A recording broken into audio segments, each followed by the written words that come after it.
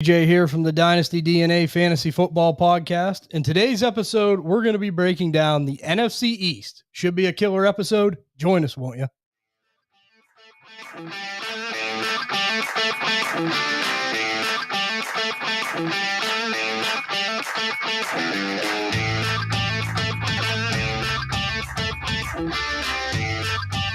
Welcome to the Dynasty DNA Fantasy Football Podcast, where we talk Dynasty Fantasy Football, fantasy rankings, and everything NFL.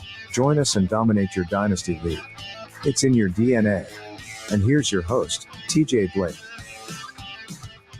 Welcome back, DNA Strand CREW. Yes, I'm the host of the Dynasty DNA Fantasy Football Podcast, TJ Blake. You can find me on Twitter at TJ Blake DNA. And as always, we're joined by our show architect and co-host, the A-Train Andy Blake. You can find him over on Twitter at FFA-Train-DNA. How you doing today, Ann? Good. How are you guys doing? We're doing good. And next in the line of order, we got the producer, the co-host, Ty Blake. You can find him on Twitter at DynastyDNA. Ty, how you doing today, Ty? Pretty good. How's it going? We're doing good. And last but not least, it's the guy that is the king of the NFC East himself. He's got the best team in the division. It's Muscles Ryan Mail. You can find him on Twitter at DynastyDNA. Mus, how you doing today, Mus? Not too bad. How's everybody doing? We're doing good, brother. We're doing good. Well, this is it, guys. A little bit of a surprise today. We decided, you know what? We haven't done a live podcast episode. So we figured, let's do it. Let's go live. We're going to have a live podcast episode. It's going to be rolling over on Twitter, Facebook, YouTube. So this should be a lot of fun. Everyone's going to be here with us as we're recording this show. Yeah. So it will be a blast. The comments are open. So if anyone wants to comment, you can chime in. And we'll answer your questions best we can at the end. If you have a question for us, if you want to talk to other users, you can talk to other users on there. A couple things to mention, though, before we hop into anything. Of course, we got to bring up the website, www.dynastydna.net. Man, guys, there is so many good articles coming in over there, hot and heavy. Yeah, there is. It's a really good deal over there. It's really flowing. It's a really good thing. There's so many good people over there. Our good friend Nicholas Holt, Dynasty Wiz, made us a Discord channel too. So if anyone's into Discord, you can go over to the Dynasty DNA Discord and you can get on there and you can talk fantasy football with us and several of the writers that we have. Yeah. And just other good fantasy football people. I mean, I think we're right around 30 members right now. Yeah, I just got Discord. I think I got it for a football break one time, and I couldn't remember my information. Yeah, I didn't even and know I was what in it was. Virginia Beach last week, so it wouldn't let me go through because it said I was in a different location. I'm like, oh, Definitely. kidding me. Definitely. So we thank Nick for making that for us. We aren't the most tech savvy people in the world, but he's a great friend and he's a heck of a writer and a heck of a fantasy football mind. Other ones to mention, of course, Aiden Grover, Candid Fantasy Football. If you guys missed it, we did the Dynasty DNA Fantasy Football Summer Camp Series. He was the first guest we had on. So it was a lot of fun having him on with us. And we're going to be continuing that through the summer. There's going to be a lot of other good people coming on. I think in next week, me and Andy are going to come out with the next episode of that. Yeah. So that should really look for that. That's really good. We got to give Candid Fantasy Football a shout out. Aiden Grover, good guy, good fantasy football guy. And another one is Mike Shanuti, another great guy. And he's really into all sports, but fantasy football in general. He's really good. He knows what he's talking about. Yeah. Especially in the dynasty and the dynasty end of it. So all really good guys. You got to go check them out, of course. Yep. And I just got to ask, Andy and Ty were gone last week for vacation. We pre-recorded 2 shows, so that's why we've been a little bit behind. So I just got to ask, how was the vacation for both of you? Mine was fantastic. Great weather. Fishing was fantastic too. I'm a big fisherman, so it was awesome. I mean, it was a great time. Yeah, it was cool, that picture of the stingray. Yeah, that was I was awesome. catching stingrays. It was awesome, man. It was a nice break. So no one pulled you in, no fish pulled you in or nothing like that. Muscles was probably hoping that you got a hold of something that was pulled you into the water. Yeah, he would have liked that, but Yeah, it's a shame. But them are all good things we wanted to bring up, guys. This is a lot of fun doing this live. If it's a success and everyone likes it, maybe we're going to do this every week. Yeah. So you can ride home with us and we can talk fantasy football. And of course, we're always going to be on all of our major platforms. Other than that, got to bring up our friends at Peak One Sports Network. Ashton and them guys are killing it over there, man. If you're into sports, they got it going on over there. All sports all the time. I know we're kind of in the dead zone of sports right now. Muscles is really upset. The Buccos, the Pirates, they just are falling off the wagon a little bit. They are. They left their bats in April. They Yeah. did. They did. But you got to go over to Peak One Sports. If you're a sports junkie, you like sports, they keep up with MMA, golf, baseball, whatever is going on right now, they try to keep up with. Yeah. And they're great guys. Got to check that out. But before you know, we start breaking into this NFC East. We're going over here to the breaking news with Muss.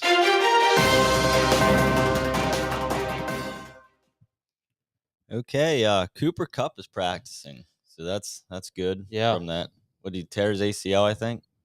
No, Or is something. It was serious. Yeah. Lower body injury. It wasn't good. Something like that. Hopkins visited the Titans and the Patriots, but left without a deal. But I guess the trip with the Patriots, he said, went good. Yeah. Where do you They think could use him? Where do you think he lands? Any guesses? I think it's so up in the air. I think he could go to about anywhere. You know? Yeah. I don't think there's really a set in stone place. I'm surprised people like Kansas City and Buffalo weren't in on him more. I know. Especially if this whole Diggs thing that's going on. Yeah. Now, I mean, we're going to get to the Tyreek Hill news here. Is there any chance if Tyreek Hill sees time, could he go to the Dolphins? That's possible, man. That is possible. And we all know that Dalvin Cook talked to him about forming that super team, too. Yeah, so. That'd be all right. Debo says he swears he will bounce back this year. I love it. I love Debo this year, man. He's such a value. I've been drafting him. Literally, I was in 2 live drafts.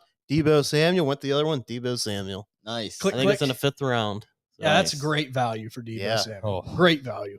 I mean, we'll touch on another Tyreek Hill news here later, but Mike McDaniel said Tyreek Hill is night and day ahead on the offense this year. So must know the offense a little bit better this year. So Tajay Spears is impressing early, according to beat writer Jim Wyatt. I know someone over here to the right is really happy. Know. But let's be realistic. Like honestly though, they're gonna run the shit out of Derrick Henry. I was gonna say they just are. I was gonna say he's the prince, but he ain't the king. Yeah, that's right. I like that. And but it is good news. Yeah. The only thing is with OTAs and stuff, you got to kind of take in perspective. Everybody looks great without pads on. I know. That's what I started writing all these players, and I'm like, man, you can't touch on everybody because every camp, everybody looks good. Jordan Love looks great, which I mean, hopefully he does. But everybody, the hype machine's in full roll right now. Yep.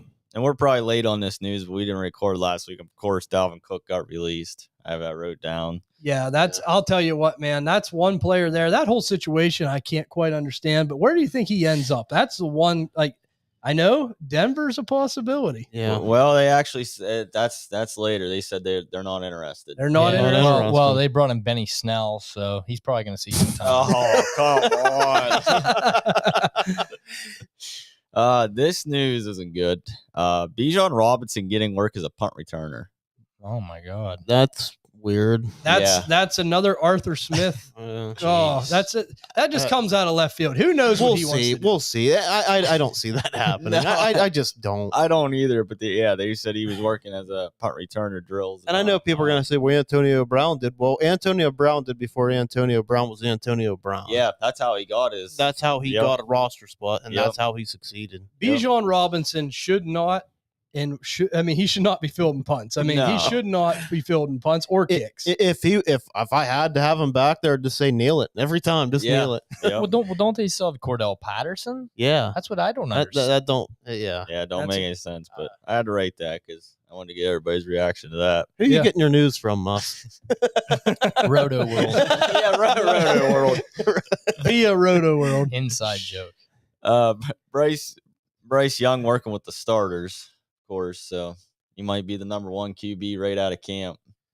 He's almost has to be. Yeah, what they gave up to get him, there's really no alternatives. Keenan Allen said Herbert will take more deep shots this year. I could see it. Yep, if they can protect him, but they're getting Slater back at left tackle, so that will be a big boost. Yeah. Pete Carroll says Charbonnet does everything well and is a complete ball player and a 3-down back. So I think you just added that on their muscles to. That didn't come out of left field. I still believe in Kenneth Walker. I do too. Personally, he's the K9 man. Yeah. Puka Nacua really standing out so far in Rams. I'm on the Puka Nacua train. He's somebody I kind of like this film. He's just a gritty player. He's a good football player. And it's a good landing spot. Yeah. That's the thing that Everyone everyone have opportunity. Yeah, I mean, that's one thing. And where you're getting him in rookie drafts, and really even startups, you're not going to pick him in a startup. Wow. You could get him off the wire. Yeah. Right. It's a great player to have stash on a taxi team. Here's an original OG. Mark Ingram expected to retire. Yeah. That's too bad. I always hate seeing them guys go, especially guys that have been a pivotal part of my team in the past. Yep. Right. And Zach Johnson on the Athletic says Elijah Moore is a breakout candidate. He has looked great so far in Browns camp. I loved a lot. Yeah, I mean, we really like this tape. Yeah. I think it's a good spot. I mean, I wish it would have been somewhere else, but just because we're Steelers fans, but yeah. he's in a situation where, like, you don't have to worry about Zach Wilson anymore. Right. He can be appreciated for who he is. Mm-hmm. I was listening to a podcast, and they said that the Vegas odds of Dalvin Cook going to Denver was number 2. Well, it came out the other day that Denver's not expected to sign Dalvin Cook, so I had a sigh of relief. That was my next news. Who was number 1? Miami. Miami. Yeah. Say they have a lot of running backs already. Tony James, Benny Snell. You know how it is. who are those guys? Guys are going to take Javonte's show. And don't forget Samal JP Ryan, of course. Barkley not opposed to sitting out all season. Yeah, and I was afraid of that. Yeah. I mean, the thing is with Saquon Barkley, he wants Christian McCaffrey money. Right. And I don't blame him. These running backs are definitely getting the short end of the stick, but will they give it to him? And if they do give it to him, will he still be the same player? Because it worries me when these guys get paid. Right. I here's my thing. They have till July 17th. Yeah. So if you were trying to get the best deal you could get, would you not wait till close to that? So that way, like, kind of let them sweat it out. Be like, hey, I'm going to hold out. I'm going to hold out. Yeah. So this is probably going to go down till like mid-July, like up to July 17th. Like, right. If I was Barkley, I would wait right to it. Right. So that way, I mean, you're going to try to maximize what you can get. Yeah. So I don't think he'll reset the market. I don't know if he'll get McCaffrey money, but I think I don't know if it's even going to happen. But yeah. I think they're going to offer him a more than fair deal. Let's answer a question though. Who would you rather have, Christian McCaffrey or Saquon Barkley? Like fantasy wise? No, I'm talking about NFL wise. NFL wise, Probably I mean, they've both McCaffrey. kind of been hurt. I mean, they're both. I don't know. I mean, To me, it'd I'd definitely probably be McCaffrey. I yeah. think. That's why I just don't think he should be able to be getting that money. I think he should be not far off, but not the same. I think McCaffrey's just a better player. but one thing he did come out and say, like, I'm not trying to reset the market. I just know that, like, the caliber of player I am. Right. Right. And he's a damn good one. Mm-hmm. Yep. Lamar to have more freedom this year and call his own plays. Oh. So Yeah. see how that works out. My main worry about Lamar is, and I mean, people are going to criticize it. Can he throw outside of the numbers? Yeah. We know that he can throw inside of the numbers. We know he can run, but can he throw outside of the numbers? They gave him the weapons that he should be able to. We'll see. Yeah, I agree. Tank Bigsby will have the opportunity to be the team's backup and could outtouch ETN depending on who the hot hand is. I don't see it. I don't really either. I think it's going to be kind of a thunder and lightning thing. Yep. Yeah. I think he could see some early down work and maybe some goal line work, and it does hurt ETN. It just does. But Right. I think what we're hoping with ETN is these big flash plays. Like, Mhm. get him in space, let him do the grinding, and let ETN come in and just, take one to the house. And catching the football in the passing game. Yeah. There's a role for everyone. I'm like you. It's going to be more of that thunder lightning thing. Yeah. When there's a Tank Bigsby time, there will be Tank Bigsby opportunities. Yeah. When there's Travis Etienne time, there'll be Travis Etienne. That is my big opportunities. concern, though. Can he catch the ball? Yeah. Yeah. Because he's had problems. And when he came out, a lot of people said about Alvin Kamara comparisons, and he just cannot catch like Kamara. Something he's going to have to work on. Treylon Burks is feeling much more confident this year, and he's a brand new player, he says. Yeah, So, hopefully. Happy to hear that. yeah, I'm happy to hear that too. Yeah. James Robinson was cut due to injuries, so apparently his Achilles injury is still bothering him. Oh, yeah. Yeah, That's that a serious. stinks. That's Yeah. a serious deal. Too man. bad. Yep. Yeah, it really is. Juju's still dealing with lingering knee issues, so that's something to monitor. Yeah, and say, that's probably why they tried to bring in Hopkins, because who else do they have? Yeah. And I'm not the biggest Juju fan, but they have nobody. And that's like, if you're, Keyshawn Butte, man, say what you want. If you drafted him late, there could be an opportunity. Yeah, he's not impressing though. That's no, but you never know. Yeah, it could be an opportunity. Who do you got to beat out? There's not many people in front of you. Yeah, that's what I did see that about the. Do you have about the OTAs? He did not show up. Yeah, he didn't show up the one day. Then their 6th round pick was out playing. Mario Douglas, he says, out playing him, but he could be in the doghouse now because of not showing up. I mean, that's kind of what we said. He has all the athleticism. Yep. It feels like in the world, even though he didn't jump good. He runs a 4.4, then he runs a 4.6. It's like, do you care or do you not care? Right. Do you want to make something of yourself here, or do you want, because I think he you has all the talent, up. man. Yeah. I don't know why you just don't show up. Yeah. How the fuck are you going to get fired in the day off? Yeah. It's crazy. Jonathan Taylor looking for a deal this offseason. And like, that's. Which running back isn't? Yeah. When you hit that 3rd year, they're ready to get paid. Yeah. And I'm curious because like this is the running back to see if he can kind of dictate the market. You know? But Paris Campbell taking reps at running back. Yeah, I seen that, and I seen today that a Giants beat reporter said, "Don't be surprised if he's healthy that he leads the Giants in catches this year." Mm-hmm. Yeah. So I could see it. The guy is a talented player. Health's been a problem, but when he was on the field for Indianapolis, we saw glimpses. Yep. Yeah. Here's one that's a head scratcher. J.K. Dobbins holding out. Like, what have you done? I know, and I touted for him as a buy. Yeah, and because I think he does have talent, but he has nothing to stand on. Nothing. I don't know what he's doing. Well, and that's bad because right now you're coming off that ACL. You had a rocky year last year. You need to be in camp and trying to get ready to earn this contract. Is he scared he's going to get re-hurt or something? Is he having health issues and he's like, damn, I need to try to get what I can get that's good because point. I'm not going to last. I hope not. I don't know. Anymore, if I'm an NFL GM, I'm not taking a running back real high in the 1st round, 2nd round, because it really isn't worth it anymore. No. Really, it's not. You're just wasting a pick, in my opinion, because you can get anybody in any. You can get guys, get good players in the 3rd round. You can get undrafted free agents that play really well. We get Jalen Warren.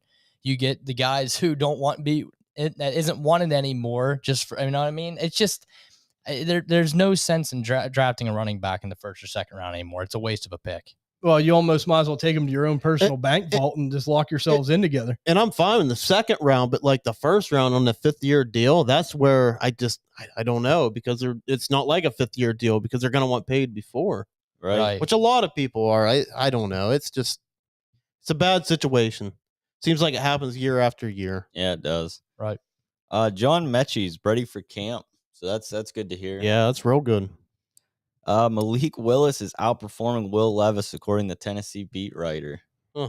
Oh God! Wow. I don't know. Just when you couldn't get any dumber, you just went and totally redeemed yourself. Yeah. They just. I tell you, man, that pair there right there together. They picked both them guys, and they had these ceilings, and everyone gets attracted by the ceiling, but man, you got to have somewhat of a floor at some point. Yeah. Levis scared me. His tape scared me, but I would rather go Levis than I would Willis just because of what I've seen. And the draft capital. Yeah. And pretty much the first pick in the 2nd round. I know we got Joey Porter Jr., but the next pick. Commanders are checking in on Kareem Hunt. Just when the running just back, when they start saying about Gibson. Yeah. This one's actually kind of interesting to me. Tyson Hill to have an expanded role. Now they have a legitimate quarterback. Mm-hmm. So, surely he's not going to play that gadget quarterback thing. Yeah. He very well could, Yeah. He's kind of an interesting best ball guy, Yeah, what I mean? I did have him in best ball. I got him super late last year, and it worked out a couple of weeks, and that's all you're looking for. Yeah, Right. It's just like, will Dennis Allen keep using him in the same capacity as Sean Payton did? I know he did a little bit last year, but we all know, some people have their guys, some people do have people they want to bring in and do different packages. I don't know, man. I don't know if he's going to be as viable. I'm surprised he didn't go to Denver. If he gets an opportunity to go to Denver to get back with Sean Payton. That's true. Especially if Wilson acts up and be like, get out of here. Darnell Washington's earning early praise in Steelers camp, so that's good for us. Sam Howell enters camp as quarterback 1. I'd still put feelers in on Jacoby Brissett. I would too. They keep going back and forth. They It was do. Brissett. Now do. I don't know. And it's like this: if things go wrong, you got the veteran there in a super flex league. If he's available, pick him up. Yep. I mean, I would. I mean, that's value. And basically as like a bye week filler guy or something. Yeah, and just if he starts, man, you could trade him off and get something decent if someone loses their quarterback. Yeah. Sonny Michel signs with the Rams again, so.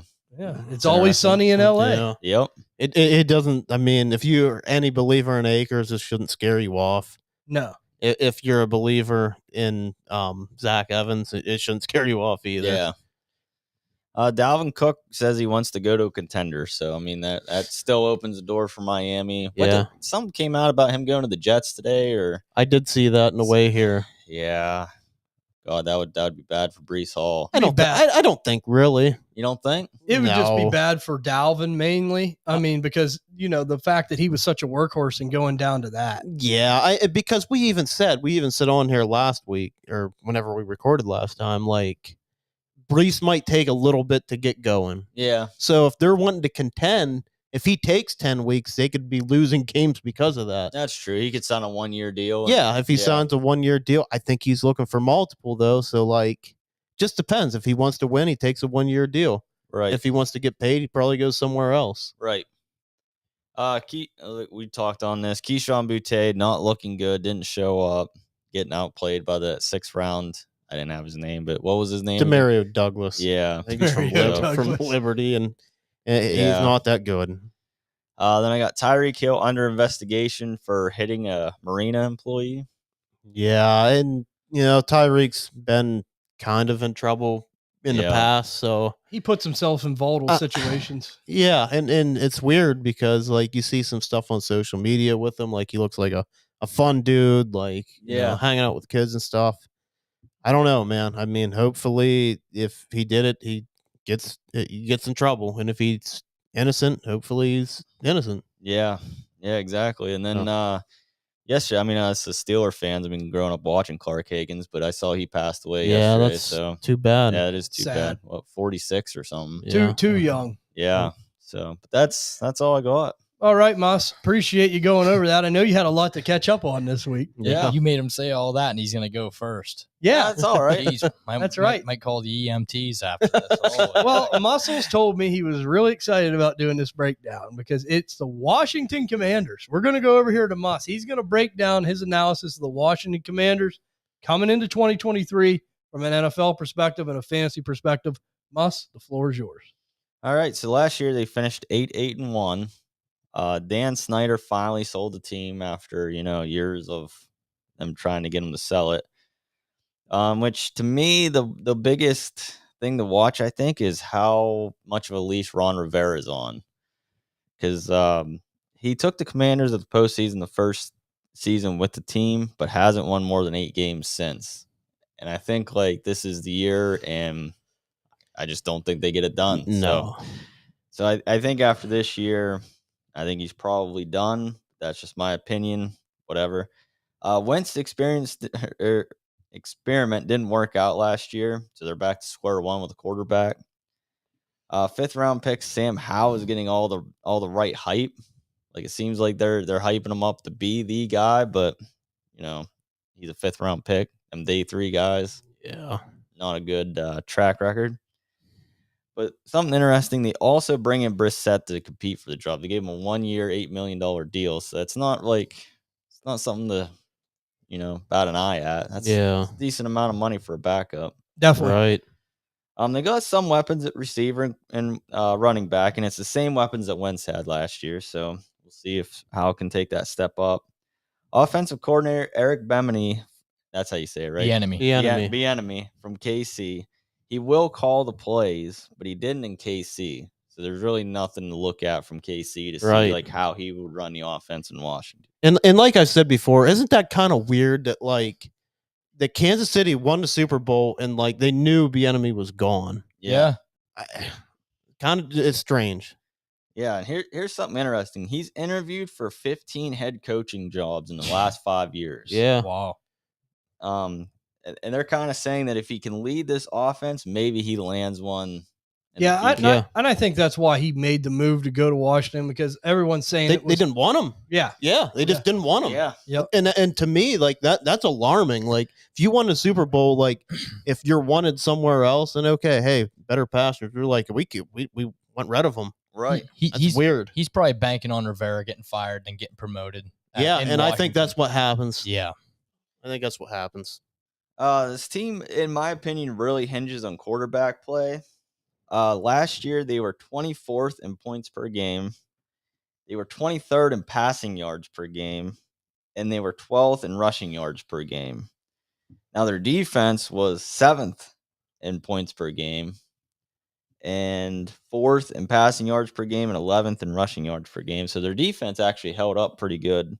But, and the run game was 12th. It was just the quarterback play that was 24th and 23rd. So that's not good. No. So, I mean, if they can get, even top 15 quarterback play, team might step up a little bit. According to PFF, they got the 20th ranked O-line. So we'll see there. Now the breakdown at positions here. Quarterback, I got Sam Howell starting. He'll get his first crack at quarterback. One thing that's interesting fantasy-wise for him is his last year in college, he ran the ball 183 times for 828 yards and 11 touchdowns. So he's got a little bit of rushing mobility. He started week 18 last year and finished quarterback 7 on the week. So he didn't look terrible. Yeah. Well, let me ask you this, though. Like, if you were interested in Sam Howell, or if someone was interested in Sam Howell, what do you think they'd have to give up to go get him? I don't think you'd have to pay a first. No.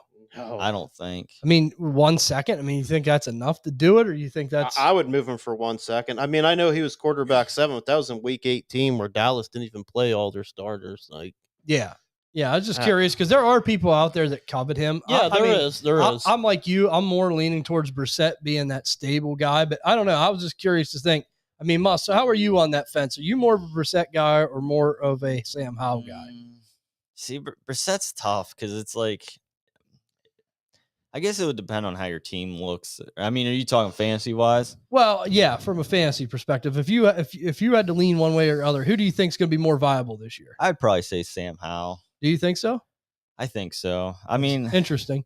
I mean, I could see Washington maybe going for a tank job and playing Sam Howell. But maybe with Rivera being on the hot seat. That's what I'm saying. I think Brissett probably starts out the season. Here's how I feel like it could go. If Brissett starts out the season, and if they start losing, they're going to throw in Howell and see what they have. Right. Thing is, though, we've already seen what Brissett has. We haven't seen what Sam Howell has. I mean, probably not. But what if he comes out and tears the world? Yeah, up? and he could. Yeah, I mean, because you never know. I don't think it's likely, but he could. No. So I don't know. Yeah, like I said, finished quarterback 7 in week 18 last year. So I mean, we'll see if he can improve on that. And he's got great pass catchers, like I said, Terry McLaurin, Jahan Dotson. They did sign Jacoby to a 1-year, $8 million deal, so proceed with caution I have for Sam Howell. In my opinion, Howell holds no value in a one quarterback league. No. He does offer some upside, I said, in best ball and super flex. So now let's go over to the running back position. This is where it gets kind of murky, and it could get murkier with the Kareem Hunt news. But they got Brian Robinson and Antonio Gibson. Now here's the interesting thing. They got rid of J.D. McKissick. Mm-hmm. From 2020 to 2022, J.D. McKissick was the 5th in targets in any running back. Only Eckler, CMC, and Kamara had more targets per game than J.D. McKissick. Mm-hmm. So it's 203 targets in 2 years that just vacated. Yeah. So does a pass catcher there eat him up? I guess we'll see. Robinson's PFF rushing grade was an 81. He was 16th out of 41 qualified running backs. So he actually wasn't terrible as far as PFF. He faced 8+ defenders in the box over 30% of the time. But he only had 12 targets all year. So that's, like I said, targets got to go somewhere, you'd think. Or definitely. Some of them have to. But I will say, I really like their receiving options. Yeah. Like I like Curtis Samuel. Yeah. If he can stay healthy. I like Jahan Dotson and I like Terry McLaurin. Yep. And Curtis Samuel's a good like low key buy. I like that. Like you could it's probably like a get third round pick or something. cheap. Yeah. I feel like these two are like a wish version of Chubb and Kareem Hunt. This was before the Kareem Hunt news. Of course. I feel like Robinson should carve out a 3-down role, and Gibson's like a flex and a super high ceiling handoff. I'm talking goodwill. I mean, Brian Robinson straight goodwill, man. I mean, it's good to see him come back from getting shot in the ass, but right. I've just never been a big Brian Robinson fan. From a fantasy I watched a couple games last year because I drafted him in a couple drafts later in the second round. He struggled. Yeah. But I thought you liked the bargain basement. Yeah, I mean, to a point. I like to win too. Yeah. So you're saying he's like in the $2 movie bin at Walmart? Oh, not even. That's yeah. I mean, is there anything less than that? I mean, I don't think. Then he's a $2 movie. I like the $5 movies. Yeah. Sometimes you can find a good one. Yeah, you pull it out. It's a classic, Definitely. Yeah. Both of these running backs are just late running back stashes. Yeah. Yeah. I don't think anybody's traded for him. Nobody's. I like Gibson, but I'm trading for Gibson, man. Gibby. Yeah. Give me Gibby. He's in the $5. I think Brian Robinson's in the $2 movies. I'm looking in the $5, even though he's probably in a $2, but I think he's worth a $5. Then of course he's worth the $5. Then of course every year you get the Ron Rivera Gibson hype. Like last year it was like, oh, he looks like McCaffrey. I know. And I'm falling for it again. Yep. Honestly, I am. I mean, but you can probably get him as a throw-in piece. Yeah. Like some of this hype now is probably a second, and I don't know. You're probably looking at like Gibson, or do you believe in like Roschon? Right. I don't know.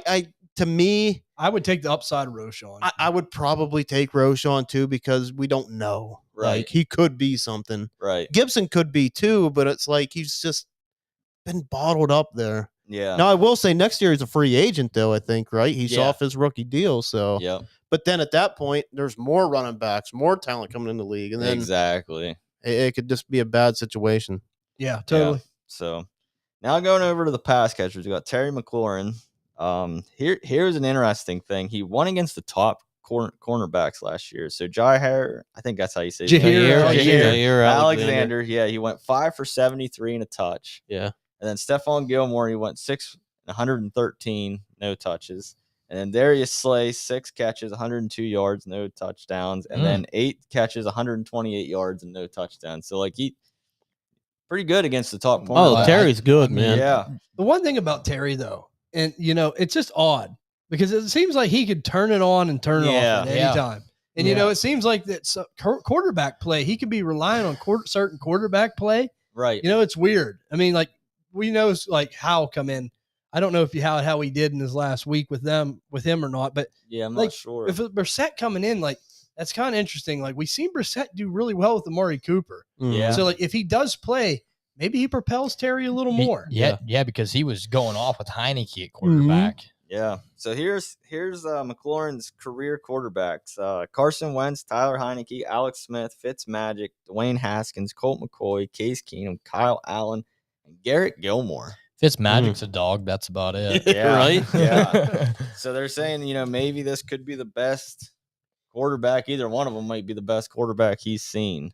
Yeah. It's debatable. It's a big mystery with Sam Howell. It really is. It really is. I'm like Andy. I lean more towards like the disappointing side of the mystery, but there's still a chance. I should say.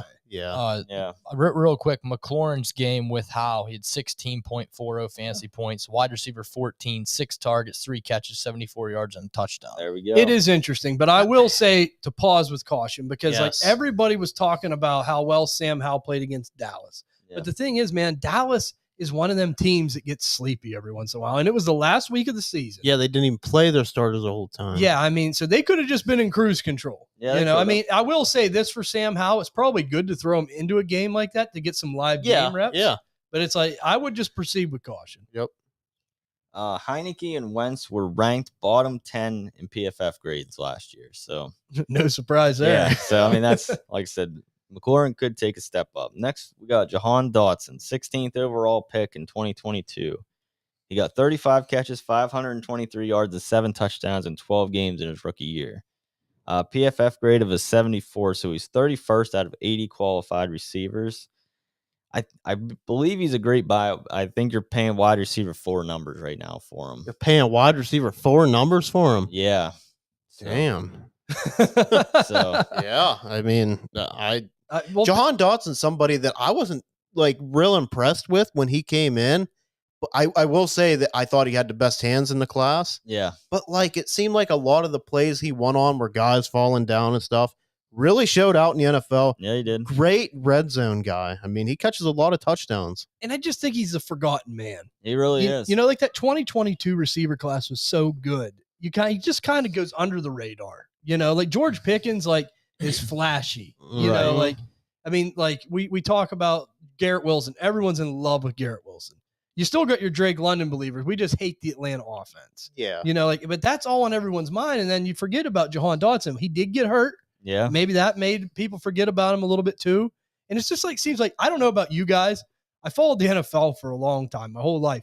The Washington Commanders are a team that just sometimes they just slip out of your mind because they've had so many disappointing years Yeah. under like that Daniel Snyder.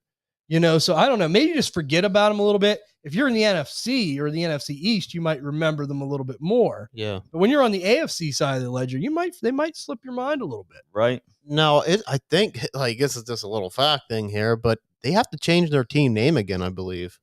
Oh, They yeah. can't some with use the- Commanders. Yeah, They're gonna some have with to the change it trademark or again. something. Yeah. What a mess that is.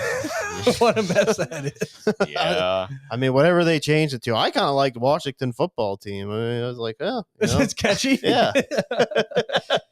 Simple and basic. And then last but not least, we got Curtis Samuel. You know, he had 843 yards and 5 touchdowns last year. He really seemed to turn it on when Wentz was in Mhm. there.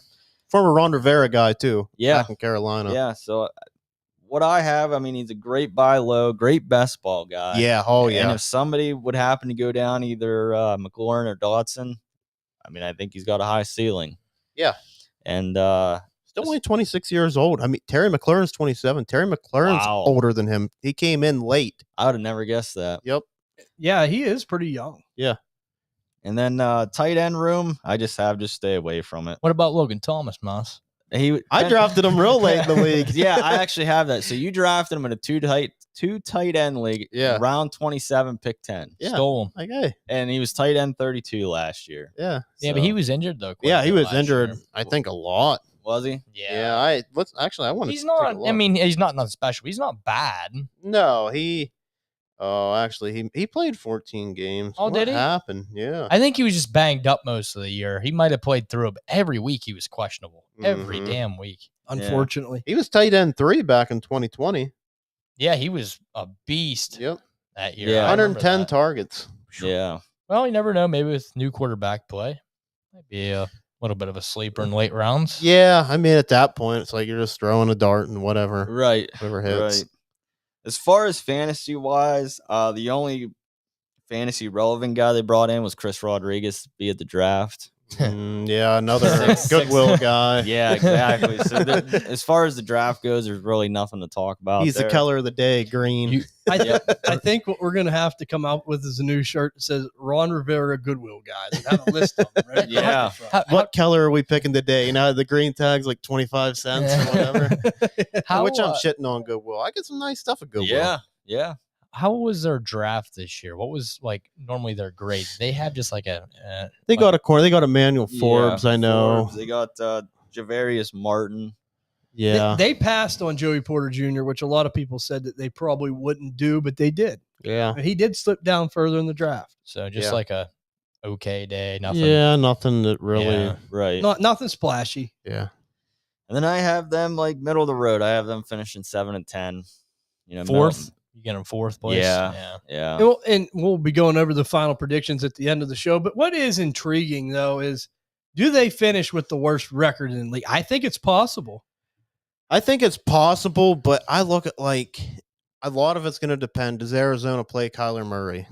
There's a lot of people out there that say that, yeah, they will. And there's a lot of people that say they won't. Yeah. I don't think they do. I think it depends how his recovery goes. And I'm kind of leaning they don't as well. I just don't think they're going to want to rush him back. And then just think about that, man. They could have the number 1 and number 2 overall pick in next year's draft with guys like Caleb Williams, who we're all going crazy for. Drake May, Marvin Harrison Jr., Brock Bowers. Yeah. There goes the table, baby. That top end of 2024. Yeah. Gotta love it. Plus, we're not even talking about linemen, defensive players. I mean, there's going to be some really good players. I don't think they're going to finish near that low, T. You think they have a chance to finish last? I don't know, man, because my thing is, if it all goes bad, it could go real bad. I'm not saying that they are. I think they're going to probably be a 7 to 10 round. They're going to be a bad team. Yeah. They got a hard schedule. They're definitely going to be a top 10 pick, but you know how this goes. Let's say Sam Howell gets hurt. Let's say Jacoby Brissett gets hurt. And God forbid, we're not wishing injury on anybody. You're playing a lot of what ifs. Yeah. Yeah, but I'm just saying, though, like, what do they have? Like, their offensive weapons outside of Terry McLaurin, you got to have a quarterback. Like, I like Jahan Dotson. I do. I like Curtis Samuel. You got to have someone that's capable to get them the ball. Their defense, I think, is capable of winning games. I think so too. But they seem like they're wanting to get rid of Chase Young. Are they going into a rebuild? That's what I'm thinking, man. Yeah, but I just see them being better in like Tennessee. Well, I got the schedule up. Let's talk about it real quick. Let's do that. So Arizona, that's a winnable game. I think they win that one. Yep. Denver, No. They Loss. lose that one. 1-1. Buffalo, Loss. Philadelphia, Loss. Chicago. That's a tough game. Win. Really? Justin Okay, we'll give it Fields to him. sucks. We'll give it to him. I'm on the opposite side. I think Atlanta is better than them. Atlanta's better than them. Bijan Robinson, Kyle Pitts, Drake London. I gave you Chicago. I can't give you Atlanta. The Giants. I don't think they can beat the No. Giants. No. I mean, maybe they take one game.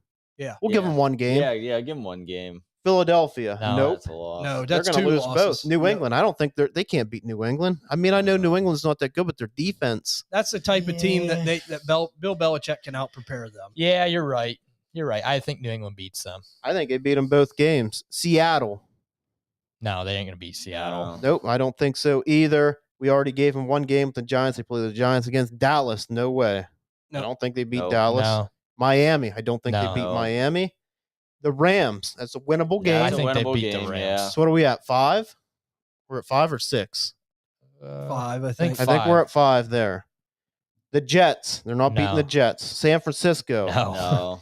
Dallas. No. No. 5 games, man. That's And that's being fairly generous. generous. I'm Yeah. just saying, I'm not saying they will be the number 1 pick. I'm just saying to watch out. They could be a team in the conversation. And why would you, and this is just me, if you have a chance to win 5 games and pick 7th and go right back to doing what you're doing, or get the number 1 pick or number 2 pick and get one of these quarterbacks. The only thing I'll say is I think the reason they'll try, even though Ron that Rivera. is because Ron Rivera don't want to lose his job. Yeah. And that's gonna happen. Yep. I mean, it's gonna happen. He's gone. I think he's gone midseason. I do too. Yeah, could be. Yep. Interesting, though, Moss. Appreciate you breaking down the Commanders. Yeah. Like I said, we'll give our final predictions on the whole division here Yeah. towards the end of the show. But we're going to cruise over here to Ty. He's next on the hit list here for the NFC East. It's the Philadelphia Eagles, the division champion, the NFC champion. Ty, give it your take on that. Yeah, head coach Nick Sirianni, offensive coordinators Brian Johnson. He's new this year. He was their quarterback coach. They lost Shane Steichen to the Colts. Defensive coordinator Sean Desai, he's also new. They lost Jonathan Gannon, who's the new head coach for Arizona. Yeah, you're right. They were first last year in the NFC and in the NFC East. They finished 14-3. They lost in the Super Bowl to the Kansas City Chiefs 38-35. Off-season additions for Philly, Rashad Penny, Greedy Williams, Marcus Mariota, Dan Arnold, DeAndre Swift, and Terrell Edmonds. Terrell Edmonds sucks, just so you know. I would just go to who they re-signed now. This is where I think Philly really did well this offseason. They brought back their key guys. I mean, they couldn't bring back everybody because their team's so good and they all want paid. But they brought back Jason Kelsey, Darius Slay, Fletcher Cox, James Bradbury, Brandon Graham, and Lane Johnson. That's a big part of their team, them guys. So it's big bringing them back. And their offseason losses, they lost some big players, but we figured that was happening because these teams are just going to pay their players a ton of money. Javon Hargrave, Miles Sanders, CJ Gardner-Johnson, Isaac Sumalo, TJ Edwards, Marcus Epps, and Gardner Minshew. So I gave them a grade just off of like their off season, just for bringing players in and the re-signs and who they lost. I gave them an A+, just because they brought back their key guys and they brought in some good players. They definitely upgraded to the running back position, because it sucks losing Hargrave and Gardner Johnson, but it was only a matter of time. You can't sign them all. Going on to their draft, I think we all know how good their draft was. I'll go over it real quick. Pick 9, Jalen Carter, defensive lineman out of Georgia. Fantastic pick. Could be the player of the draft. Right. Mm-hmm. Pick 30, Nolan Smith, linebacker out of Georgia. Again, stole him. Pick 65, Tyler Steen, offensive lineman out of Alabama. Another fantastic player. And back-to-back, they got pick 66, Sidney Brown, safety, Illinois. Another great player. Pick 105, Kaylee Ringo, cornerback, Georgia. I can't believe they got him at 105. Yeah. Pick 188, Tanner McKee, quarterback, Stanford. Nothing flashy, but just another quarterback. And then pick 249, Moro Ujamo. Love that name. Defensive end, Texas. I guess he's a beast too. I guess he was a top 100 player, they were saying, and they got him at pick 249. Mm-hmm. So every one of their players was in the top 100 prospects in the draft. Obviously an A+. They just stole the draft. I think them and the Steelers, no bias, had the best drafts. Going on to fantasy outlook, Jalen Hurts last year finished quarterback 3. I think he's going to get up to number 2 this year. I think he surpasses Josh Allen. I know they do have a really tough schedule, but what's going on right now in Buffalo with the Stephon Diggs drama and the way Josh Allen looked late last year, I think Hurts is going to surpass him, but obviously be behind Patrick Mahomes. And, look at all his options: A.J. Brown, Devonta Smith, Dallas Goedert, and DeAndre Swift now, too, behind him. And they got the best offensive line of football. And I kind of added in, too, it's kind of hard to think. It really ain't hard to think, but a good thing to look at, I should say, is they're going to get a lot of turnovers, three and outs on the defense. So it's going to be more time of possession for Jalen Hurts to put in some work.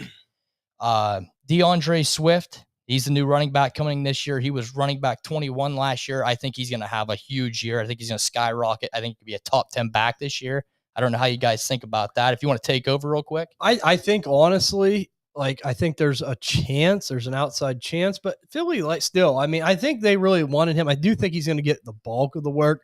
Yeah. Just seems like they're always one of them teams that's traditional. Let's run 2 or 3 guys. Mm-hmm. Let's have everyone do a different, everyone brings a different style to the table. Mm-hmm. So I don't know. I don't see Swift going crazy, but I will say this. His value went way back up compared to what it was. Yeah. Because it was in the toilet for a while. It kind of seems like people are either in or out with Swift. I know. There's just no really medium place. I tend to be more in than I am out. I think that he has quite a bit of talent. It's just been injury riddled. So has Rashad Penny. A lot of people that are in on Penny. It's and I think Penny's been more injured than Swift. Yeah. I know. Right. So. Yeah, I think he can be a top 10 back this year, but I did have in cap locks. Has to stay healthy. Yeah, he does. That's big for him. But man, behind that offensive line, you see when he even did last year, Detroit, with the limited chances he had, he exploded. Boy, if they do play that guy and they really give him the rock behind that offensive line, boy, he's going to go off. A.J. Brown, last year, wide receiver 6. I think he stays right around number 6, one of the best players in the NFL. But there's just so many mouths to feed now in that offense. I think to be in that top 5 caliber, you have to be the guy.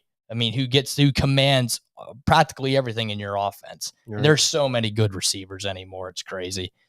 Devonta Smith's another one. Last year, wide receiver 9. I think he's going to go down a little bit just because, again, the mouths to feed in that offense. And number 9 is really high for a guy that's number 2 in the offense. Mm-hmm. Again, not knocking his talent, but man, wide receiver 9 for number 2 guy in the offense is really impressive. I think he can maybe fall down to 11 or 12, but he's still going to put up a lot of points because Devonta Smith's an absolute stud. And last but not least, Dallas Goedert, last year, tight end 12. I think he's definitely going to be a riser too this year. I think he can easily be a top 5 tight end in the league. He missed 5 games last year due to injury. And again, in that offense, I think the sky's the limit for any of these guys, man. Really, I do. Yeah. So what do you have them finishing in? Oh, sorry. I have them finishing 13-4. 13-4. Yeah.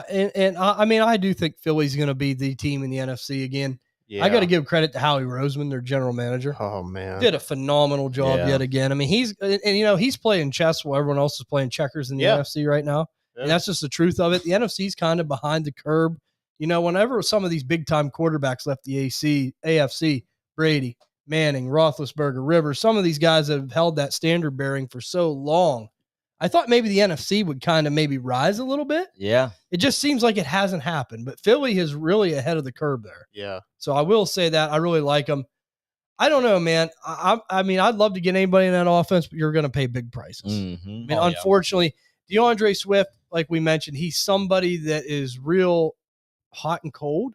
It depends on who you're talking to. Maybe you can get him for a decent price. Yeah. But I don't know. I mean, if I was a contender and I knew my pick was going to be 10 to 12 and I needed another running back and I didn't want to pay for one of these bigger guys, I'd be willing to gamble that on Swift, no problem. Mm-hmm. But it's just keeping it in perspective.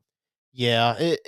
The big problem is like so many good backs at such a good value. Oh, there is. I mean, he's somebody that I like, but he's not somebody I'm necessarily going after because there's guys that are so much cheaper, like the David Montgomerys. I mean, where I'd say Swift, I was just in a draft today. Swift went right after Miles Sanders, which Miles Sanders was a good buy at one point. Like, then you got some of these guys that might hold out, or some of their backups a good value. Like, it's just how the NFL is valuing running backs. Us as dynasty players are almost following in suit now. Yeah. Right. That's just the reality of it. I agree with you.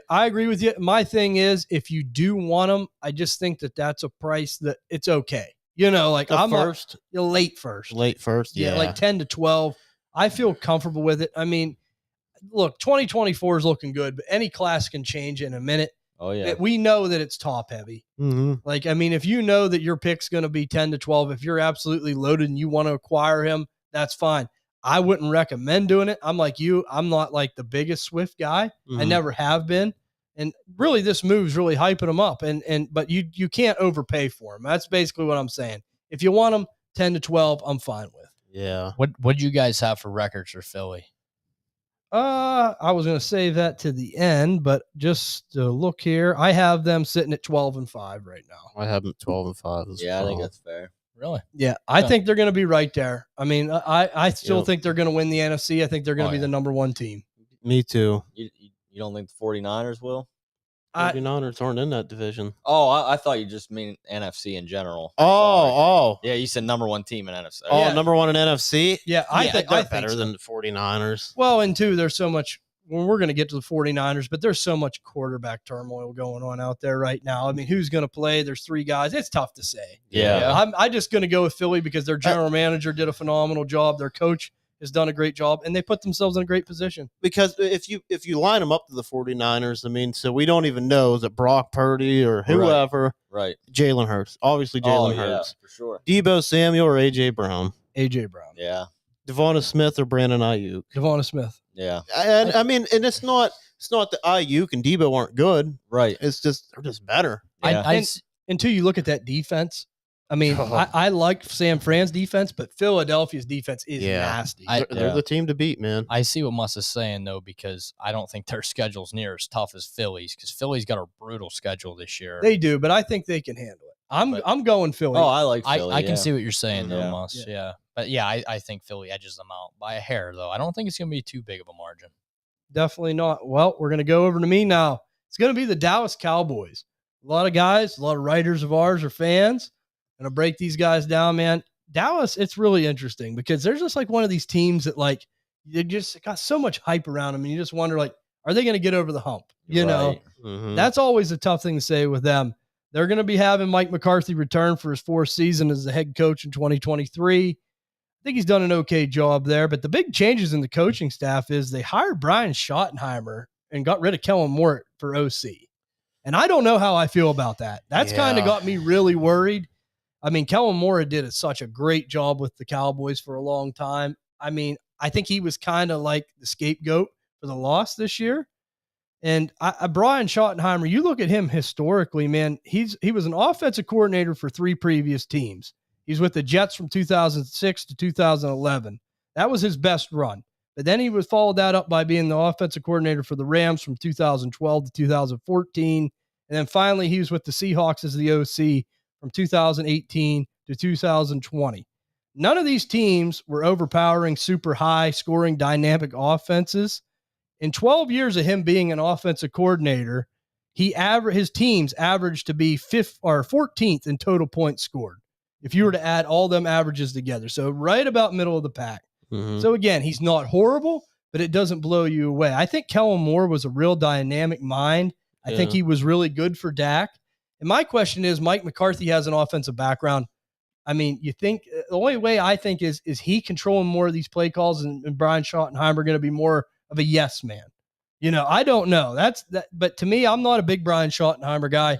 He was an offensive coordinator, then he'd be a quarterback's coach, and he'd be an offensive coordinator, and he'd be a quarterback's coach. Yeah. It's almost like how we always say, like, they're a better coordinator than head coach. Right. Well, is he a better assistant than a coordinator? Yeah. That's my big thing. And there's a lot of question marks there. The defensive side of the ball, they're bringing back Dan Quinn, who's one of the best in the game. I mean, I'm surprised he didn't land a head coaching job by now. The guy's just elite and done a great job with that Dallas defense. They finished in 11th. They finished 11th in total yards gained in 2022 with 354.9 yards average. So again, that's pretty good. They finished 14th in total passing yards in a game per game in 2022 with 219.8, and they finished 10th in rushing yards a game in 2022 with 135.2. They finished 4th in points per game in 2022, averaging 27.5 points a game. So they were putting up points. They were moving the ball pretty good. So the firing of Kellen Moore definitely is a little bit of a head scratcher to me. Like I said, I think he's kind of a scapegoat in all this. Dan Quinn, obviously, he's done a great job with that defense. So they're not going to fire him, So It seems like he was the one that got the axe. Key free agent additions. They brought in Jonathan Hankins at defensive tackle. They brought in Dante Fowler. They re-signed him at defensive end. Ronald Jones at running back. I know we're not going to get to. Want to talk about Goodwill buys. That's like dumpster diving. Yeah. And then we have they re-signed Cooper Rush at quarterback, which I think that's a great fit for them. He's a great backup to Dak. He knows the system, did well for them. Re-signed CJ Goodwin at cornerback. They re-signed Leighton Vander Esch at linebacker, and they re-signed Donovan Wilson. So they really, at safety, they really didn't bring in anybody real big. They just kind of kept a lot of their guys. Right. And then the key losses, though, there's a couple here, man, that I think are going to hurt them a little more than people think. They lost Connor McGovern, the guard to the Buffalo Bills. Yeah. I mean, I think hurts. that one will sting them a little bit. They lost Dalton Schultz, tight end, went to the Houston Texans. We all know that that's Dak's security blanket. And just how weird is it that he went there on the deal that he went? And I've talked about it before, and they didn't re-sign him. Strange. Really strange. I don't know why they didn't, and I know I'm a proponent of Dalton Schultz. I think he's a really nice, if you need a tight end and you can't get one of them top guys, I think he's someone you can get cheap. Yeah. And I think with CJ Stroud, he might do pretty well because there's a lot of targets to be had there. Yeah. Safety blanket for a rookie quarterback. Definitely. Noah Brown also signed with the Houston Texans, wide receiver. Carlos Watkins, defensive end, signed with the Arizona Cardinals, and they released Brett Maher. He's a free agent, so I don't know really who they're going to be having the kicking game. Oh, do you guys remember that game? Oh, it was bad. 49ers. I was cringing. He could not hit a field goal. I know, like that was like I turned my back just because I felt so bad. I'm like, I hope he makes it. I turned around, it was like outside of the uprights. I'm like, that's horrible, man. That was horrible. That was really bad. And then they obviously the biggest name notoriety, Ezekiel Elliott. They let him go. He's a free agent as well. Hasn't signed anywhere yet. Now, there is rumors that they could possibly bring him back on the cheap. I think for them, that would be real beneficial. I think that'd be a good thing to do as far as a team perspective goes. And then for the draft analysis, they brought in Mozzie Smith in the first round, the defensive tackle out of Michigan. Hearing a lot of things about him. A lot of people saying like he's a real high-end player. I don't know. He's got a good ceiling, I guess, as a defensive tackle. I really like Mozzie. Me too. So that could be a really good pickup. This one was a little bit of a head scratcher. They brought in Luke Schoonmaker, round 2, pick 58 overall. I mean, we all weren't wild about Luke Schoonmaker. I think he's a better maybe NFL guy than a fantasy guy. Yeah. But I will say this about Dallas, and I said this to a couple people. We had Candid Fantasy Football on the summer camp series, and we were talking about the Dallas tight end situation. I will say they do well getting tight ends late. They do. And just because of that, I mean, I depending where he goes, maybe I'll take some shares. Yeah, just because of that history they have him bringing in these tight ends. And they also still have Jake Ferguson. So we'll see what happens between that. Yeah. Definitely. It's a battle. Yeah. And then they brought in DeMarvin Overshone, inside linebacker, Texas. I do like that pick. That was a pretty solid pick where they got him. And then they also, the fantasy relevance, they brought in Deuce Vaughn in the 6th round. And we all know like that one there is a little interesting. I think a little people are a little overhyping it. His dad is is he a trainer? He's with the organization. Yeah, he's with the organization. So like Deuce is somebody who's so small, but unreal shiftiness. I don't know if he'll ever be anything, but it's kind of cool to see him go where his dad is. Yeah. I will say this. He is somebody, though, that I have been picking in 4th and 5th rounds because, I mean, with the running back situation in Dallas, really all you got there is Ronald Jones dumpster diving like we talked about. Yeah. And Tony Pollard coming off that bad leg injury where he, like, cracked his fibula and cracked his ankle up. So, I mean, there could be some opportunity to be had there. And like Andy said, he's real shifty. Could he be a Darren Sproles type guy? Right. I mean, if he could carve He's in the out, same division that Darren was. Yeah, if he could carve out that type of a career, I mean, he could be around for a long time. Yeah. So if he's that tough and he's that capable, so yeah, it'll be interesting to see. From a dynasty perspective, Dak Prescott, as we mentioned in the last show, love Dak, love him right now in startups. Yeah. I mean, he's going right now, averaging his ADP on Sleeper round 2, pick 8. I think that's really good value. Yeah, I literally 2 drafts again. Bam, bam. Drafted him in both. 2nd round, middle of the 2nd round. Yep. Wow. And he's such a great fantasy guy. Yeah, and there's just like a stink on his name. Yeah. like there really is. And I mean, from a Dallas standpoint, it does suck that how they lost to the 49ers. That wasn't all him though. I mean, Marhar missing kicks and just all of it came together. I think Dak's in for a nice year this year. I agree with you totally, man. And honestly, like with them bringing in Cooks too. I know. Oh, that's huge. Cooks and Gallup to me is serviceable when he's the 3rd receiver. Yep. That's just what I was going to say in my analysis. Like I'm targeting Cooks and Gallup late in startups. Oh yeah. I think that they're really good pieces to have. And even in trades, I mean, if you're looking for a flex guy or a depth receiver, say you're a little thin and you want to have some insurance, you could get them guys on the cheap. Yeah. I mean, you could probably get Brandon Cooks easily for a 2nd, I would think. Yeah. And then as far as Michael Gallup goes, I mean, I would give up a 2nd for him too if it was later or mid. I don't think I could give up a high 2nd for him because, I mean, I don't know. He just screams wide receiver 3 to me. Oh, yeah. But he does play well for Dallas, and I'm glad he re-signed there. So them are guys I'm looking to bring in on the cheap as well.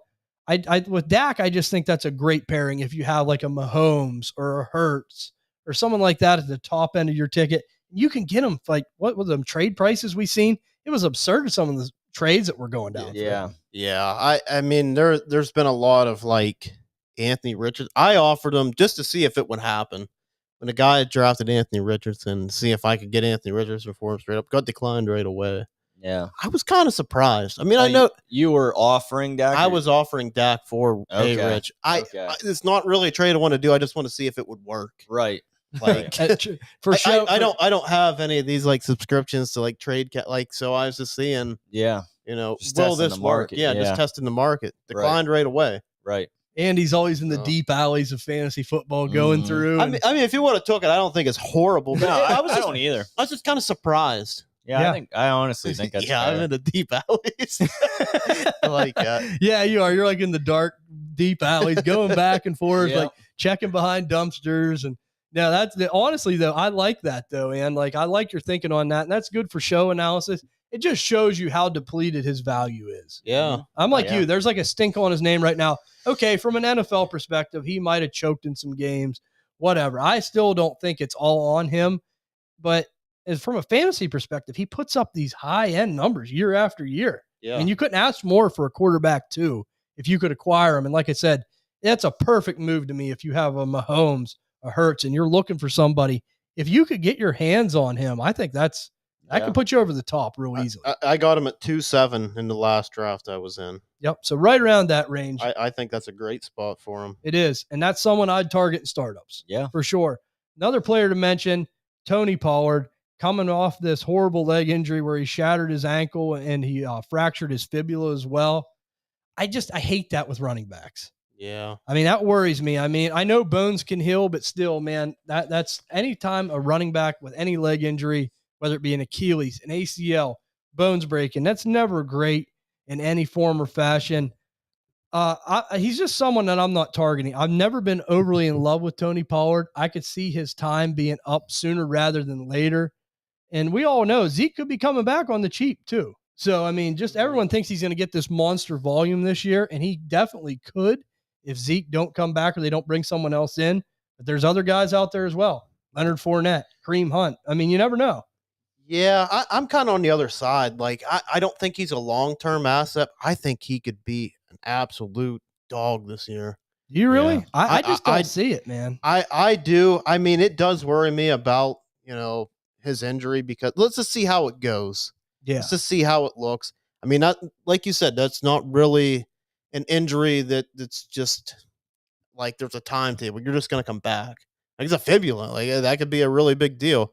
It could really blow up my face. It could blow up in anybody's face. But definitely, I think not bringing anybody in right now shows that maybe he's ahead of schedule. Yeah. And I hope he is. But I just thought he looked so good last year. But I know on another show we had him as a sell. And still, if you're not competing, I would sell him. I would sell him because, I mean, if you can get a first-round pick in 24, would you rather have one of these good guys coming in if you're not competing? And you're going to get a better pick. Right. Because if he does go off, it's going to really hurt your team if you're having a better record. Definitely. My big concern with Pollard is I just never viewed him as a 3-down back. Right. I just don't know if he could take the workload for a whole season. I mean, I could be wrong. I mean, and honestly, we'll find out real soon. But we already seen him get this injury. I don't know, man. I don't know if he can bring that special quality to the table, but we'll find out. I mean, I wouldn't overpay for him. He's just someone that scares me. Like, I could see his value just plummet quickly. Yeah. That's the problem. Like, I just don't know if if Dalvin Cook has, like, back in his prime, has a bad season. Yeah. Like, you can rebound and he's still that guy. You know what I mean? Right. Like, even Jonathan Taylor, like, you're still not going to pick him up for cheap. Yeah. The name's there. I guess I'm just worried about the long-term name value. Yeah. Yeah. Like, will he do that? Like, if he comes out and has a stinker this year, then you're holding the hot potato. Yeah. Sometimes, though, I like try to capitalize because he doesn't really have the name. And I don't like to pay for, I never pay for, a Breece Hall or Jonathan Taylor. Right. So if I can acquire him, if I'm competing for a first-round pick or even a first and a third or something, or a player that I'm not high on, that's what I try to do. But he is a risk. He's definitely a risk. Definitely. But all in all, I'd expect Dallas to have a solid year this year. I think they're going to be a tough team again. Their defense is really stout. That's where their bread's buttered, man, is on the defensive side of the ball. Oh, yeah. I will say this. I mean, I think Dak will carry them a little bit if he's healthy. I mean, he's got the weapons now. I think he'll be able to keep them in line.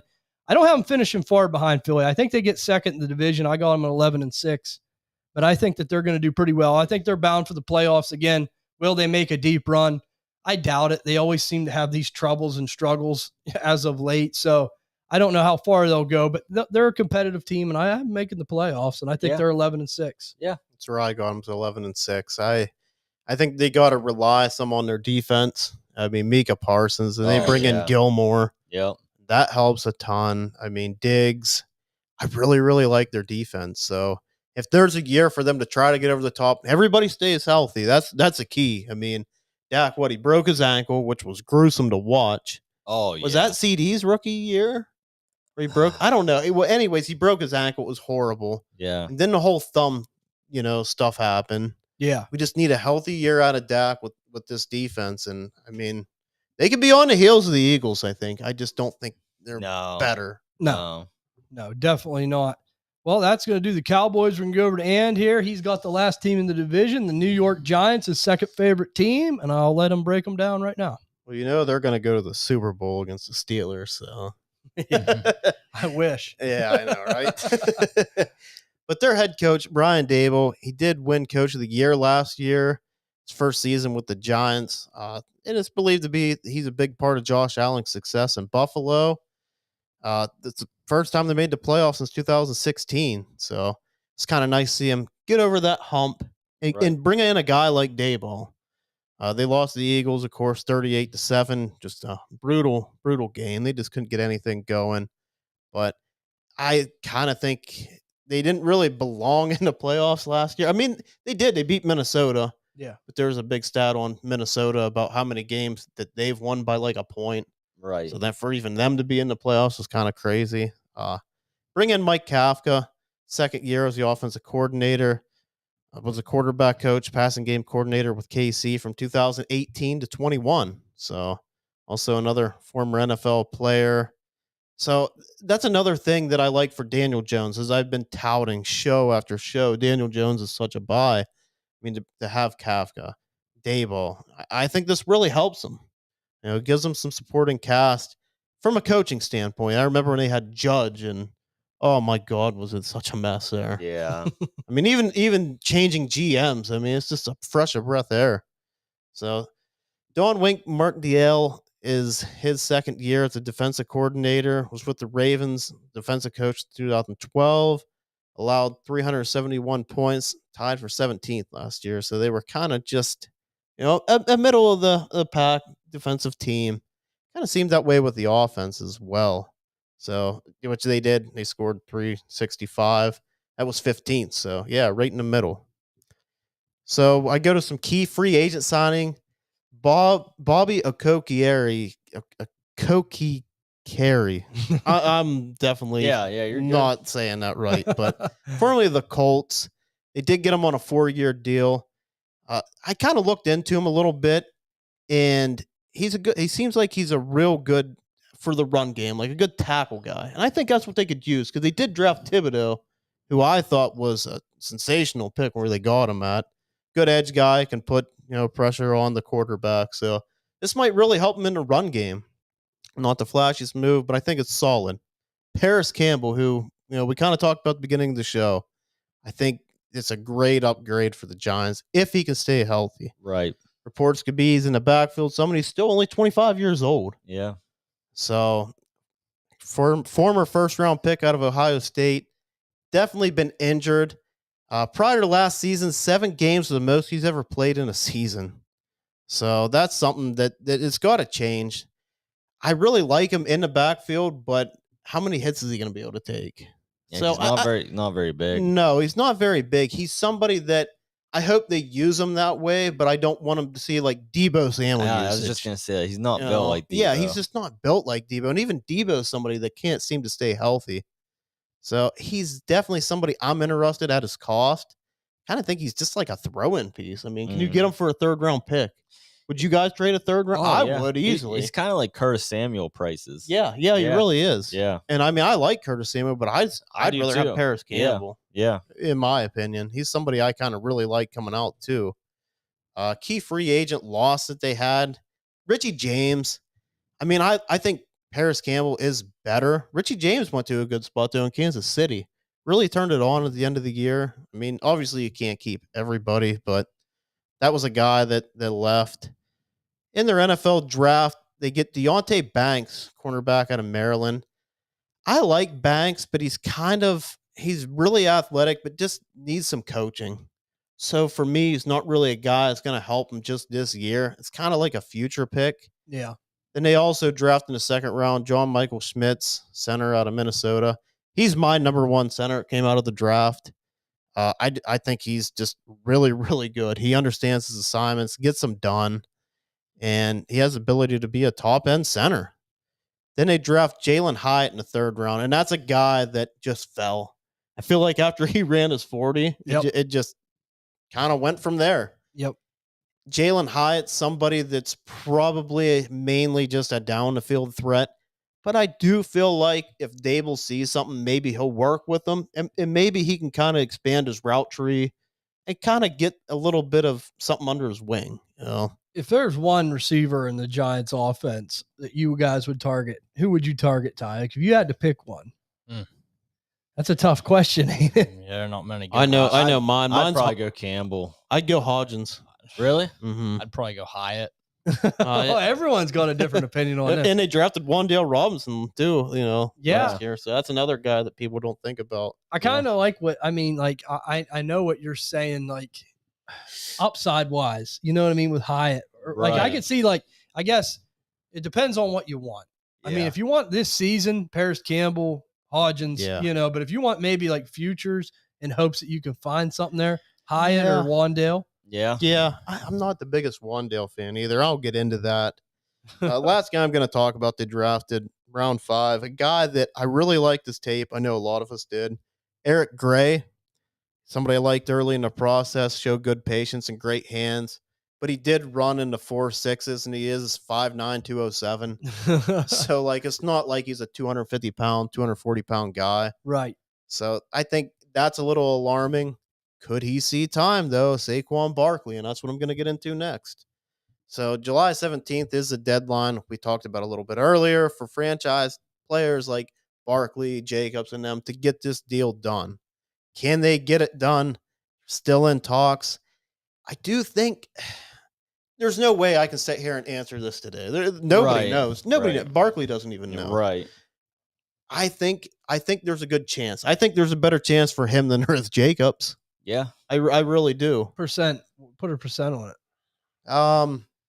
Because I know you're entwined to the Giants. So. Yeah. See, the bad thing is they just paid Daniel Jones. I know. So it's like, are they going to tie that much money? But that's the thing. Like, I feel like if they feel like they have a chance, since they went to the playoffs last year to get in, they need him. Yeah, they need him exactly. So I think Barkley knows that, and he kind of has him in a tough spot. Do you know that I'm going to put a 75% chance? 75%. Yeah. You get it. Oh, they can make it work. They can make it work. Do they have the cap? Yeah. Okay.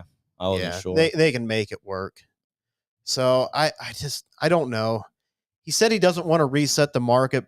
I mean, quote unquote, it's shown the caliber player that he can be, and he can be when he's healthy. Yeah, the dude is unreal. I mean, he can catch, he can run, and I think that really helps Daniel Jones. So he seems to be wanting near the CMC's 16 million average. I think the big problem is the guarantee, the years on the contract, the stuff like that. So I think I'd probably put 75% chance. What do you guys think? Yeah, I'm curious to see what Ty thinks, because he was in. We were talking about this situation today. So what do you think? I'd probably right around 75% chance too. You think he's got him by the short hairs? Oh, he definitely has them, but are they going to do it? Which I think they probably will. I'd probably say about 75% as well. It's good they're still in talks. That nobody's just sitting there like, hey, it's just not going to happen. I don't think there's as much bad blood there as there is like maybe with the Raiders and Jacobs. Yeah, I agree. Mm-hmm. I mean, like, I don't know. You can kind of get a pulse on some of that stuff sometimes. Yeah. No, and then just the way that everything's going, though, it is tough. I mean, it's so tough to tell. I mean, he is only 26 years old. It's not old, but for a running back, that is kind of middle range. We've seen guys like Frank Gore. I mean, just go on and on. Adrian Peterson. Yeah. Mark Ingram was still in the league. So, I mean, it's still 26 and being hurt. He hasn't taken the beating that some of these other guys have taken. So, another player I'd like to talk about real quick, Daniel Jones, took some nice steps forward, taking care of the ball, only threw 5 interceptions and only lost 1 fumble. Only had 15 touchdowns thrown through the air, but did have 7 rushing. So he also had 708 rushing yards. That was actually 5th in the league last year. Wow. Guys like Fields, though, I mean, Fields obviously led, but he missed a game. I think Hurts missed a game as well, game or two. Yeah, Minshew played. Yeah, so I don't know if it was 1 or 2 games. Yeah, didn't Minshew play? I think so. Yeah, Minshew played a game. Yeah. So his QBR went from a 47.5 to a 60.8. That was 6th in the league. That helped earn him a payday of 4 years, $160 million. Just kind of like how you were talking about. And he's only 26 years old as well. Sleeper ADP is 51, going at quarterback 16. Ooh, that's a steal. That's a steal, man. That is. That's a steal. I think he's a great value and a perfect quarterback, too. I don't know if I would really trust him as my quarterback 1. I just need to see a little bit more, but you're not having to pay quarterback 1 prices. No. That's why he's a huge buy. Now, I will say in a league that I just took Dak, he actually went right after Dak. Yeah, it seems like people are starting to catch the ADP. People are starting to kind of catch up. The ADP is starting to catch the player. That's something we always say. Like, we like players, just ADPs, Right. That's just Dynasty, man. So you got to try to get in when you can. One downside is the Giants don't really have an alpha wide receiver. I think the alpha is going to be tight end. They brought in Darren Waller, who I'm super high on. For Jones to take an even bigger step forward, we need Campbell, Hodgins, Robinson, basically all these guys. They got to stay healthy. So another player value I want to talk about, just real quick, as I mentioned above, Eric Gray. In fourth round of rookie drafts, maybe you can take a flyer on him. I don't know. I feel like as this continues, his value is going to go up, and I would capitalize. I would sell Eric Gray if you could. I mean, if you bought him for a fourth, I mean, maybe even flip him. Could you get a second? Like, does it get that close where people were panicking? Well, especially if I don't know, if you did hold and it gets closer to camp time and he's not there. I mean, I think the value might go up the closer it gets. If you had the balls to hold on to him. Yeah, but that's a tough call. And that's something to know. Like July 17th is that date. So, I mean, if it's July 11th, July 12th, and nothing's gone, I mean, maybe you can kind of capitalize on that. Yeah. So. And you got to remember, too, there's guys, what if they somehow come in on Dalvin Cook? What if they bring in Leonard Fournette or one of these other guys? I mean, they definitely could. Kareem Hunt. Yeah, I think if they would, it'd be more like a Zeke, Kareem Hunt. I don't think that with the trouble they're having with Barkley, I don't think they'd pay. Yeah, I don't think they'd do Cook. No, I don't either. it's just too much, But like someone like that, maybe, yeah. And that would be a telltale sign right there. Mm-hmm. I mean, what's going to be going on with Barkley? Because if they bring one of them in, they're definitely worried. Yeah, definitely. Worried. So some wide receivers, Isaiah Hodgins, who I mentioned before. He's my main guy on this team. Now I'm still in on Paris Campbell, but Isaiah Hodgins looked really good last year in limited opportunities. Week 13 to 17, he's seen at least 80% of snaps. In the playoffs against Minnesota, he went 8 for 105 and a touchdown. No, I know it's Minnesota, but hey, I mean, you still got to play good against the bad teams, and it was a playoff game. Right. So we also got to remember he is a Dayball guy from Buffalo. So kind of a reason he brought him in. Another thing I kind of like about him, he does have that alpha prototype. He's 6'3". So all these other guys are, 6 foot, 5'11", a little bit smaller if you want to go down to Wan'Dale Robinson, 5'8". So a player at cost I'm very interested in. I think I would so much as give up a late second for him. Okay. I think for Hodgins? For Hodgins, yeah. Oosh, that is tough. I know. I don't think a third gets it done. No, it would. If you really wanted him. Yeah, if you really want him. I mean, I'd try a third, but I so much as to give up a late second. Yeah, I think. you saw what Richie James did last year. I mean, I could see it. If you're contending, I mean, but that's where it gets hard. If a Roschon falls or something, that gets a little bit hard. But it does. But too, I don't know. Would you rather have Isaiah Hodgins or Brandon Cooks? Like that's a tough decision to make. I think.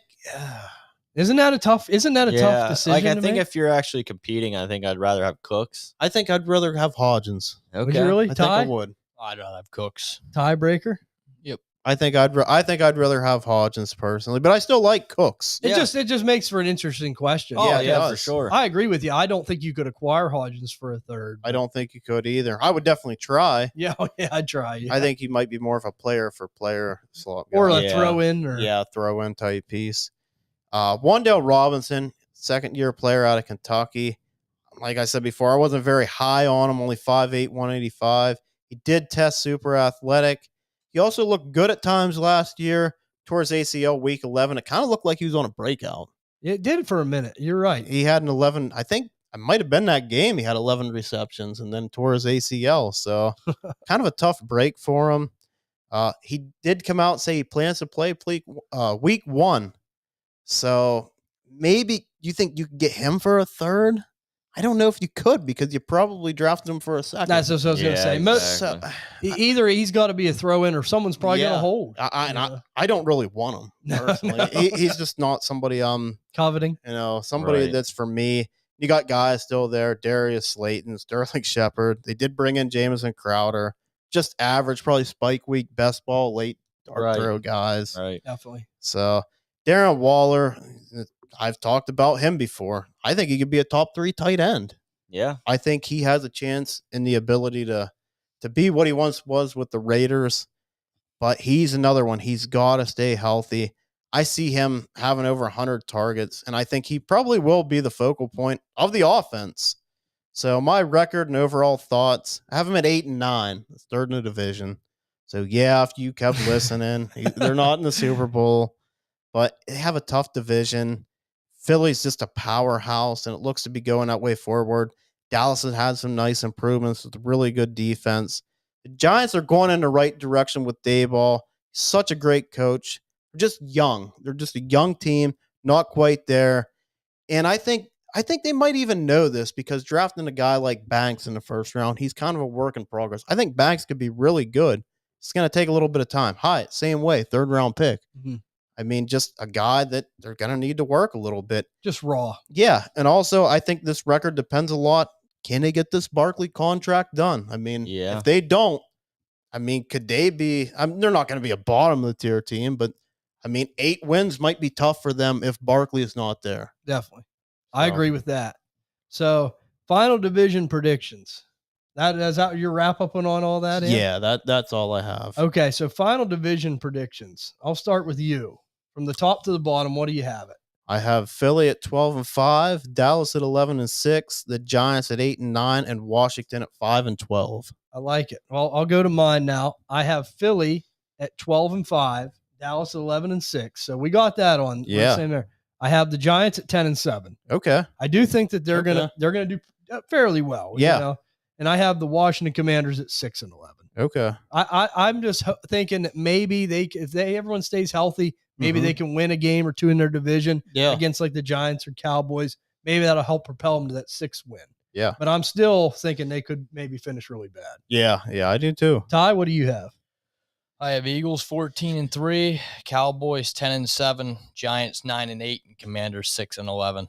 All right, so we're on the same page on the Commanders end of it. Muss, what do you have? I got Philly 12-5, Cowboys 11-6, Giants 9-8, Commanders 7-10. All right. Well, I was actually the lowest on the Giants. Yeah, and you're a Giants fan. Yeah. And a second team favorite fan. Yeah, second team. But in Muss, though, giving the Commanders some love at 7 wins. I think they'll squeeze a couple out that isn't unexpected. Yeah, definitely possible. Well, that's going to do it for the NFC East team breakdown. It was a lot of fun. We're going to be bringing you another division next week. Don't know which one it's going to be yet, but we'll keep you in tune with that. Definitely. We'll see who we're going to come up with, whether it be AFC or NFC. Couple things to mention again, guys. The website, go check out dynastydna.net. A lot of great writers over there putting stuff out. Dynasty Wiz, Nicholas Holt, Mike Shanuti, Candid Fantasy Football, Aiden Grover. All them guys are awesome guys. They're putting out articles all the time. They're always having good stuff. Join the Discord, Dynasty DNA Discord channel. Yeah. Anyone's welcome there. We talk fantasy football all the time, trades, anything you need help with, we're there. Even somebody is posting a league, like you can find leagues on there and stuff. Yeah. It's a nice tool. Is the link on our Twitter, or where's the link at? Yeah, the link, the Discord channel link's on our Twitter. Okay. So if you go over there, I'm refreshing it all the time, so it's up towards the top of the page. Check it out. Join the group. It's a lot of fun. And always like talking with you guys, talking fantasy football. And also, we want to bring up our friends at Peak One Sports again, guys. Go over there and check them out. If you're into sports, best sports channel on Twitter. You want to follow them over there on Twitter, follow them at Peak One Sports. Yeah. But this is going to do it. I saw they had a trivia night last night. That was kind of cool. Yeah. They got a lot that's cool. They got a lot of cool stuff over there. They're talking about the Oakland A's moving. Yeah. Out of Oakland. So I mean, I don't know. They're always on stuff. They're always getting up juicy topics. A lot of good stuff. But Ashton's a good dude over there. Tony Nix, he's a good dude. They're all good people. Yeah. You got to go over and check it out if you want to follow sports. You can see my Kyle Pitts tweet where it was slandered, where people are out. I was shocked. I mean, the only one to me was a Mark Andrews deal, but people saying Sam Laporta. I mean, that's real. The hype's real on that. People saying, all kinds of stuff. A lot of TJ Hawkinson. Yeah, he's getting a lot of love. Yeah. And Muscles, we know, still has a bunch of shares at Kyle Pitts. Oh, yeah. He's still in the believing camp. I can't get him anywhere because everywhere Muss has him. I went through and was looking. I was like, I'll knock on the door. Well, nope. Sorry. That door was locked with caution tape across it. That door is closed. Eviction notice. But this is going to do it for this episode, and we'll see you on the next episode of Dynasty DNA. Yeah, see ya.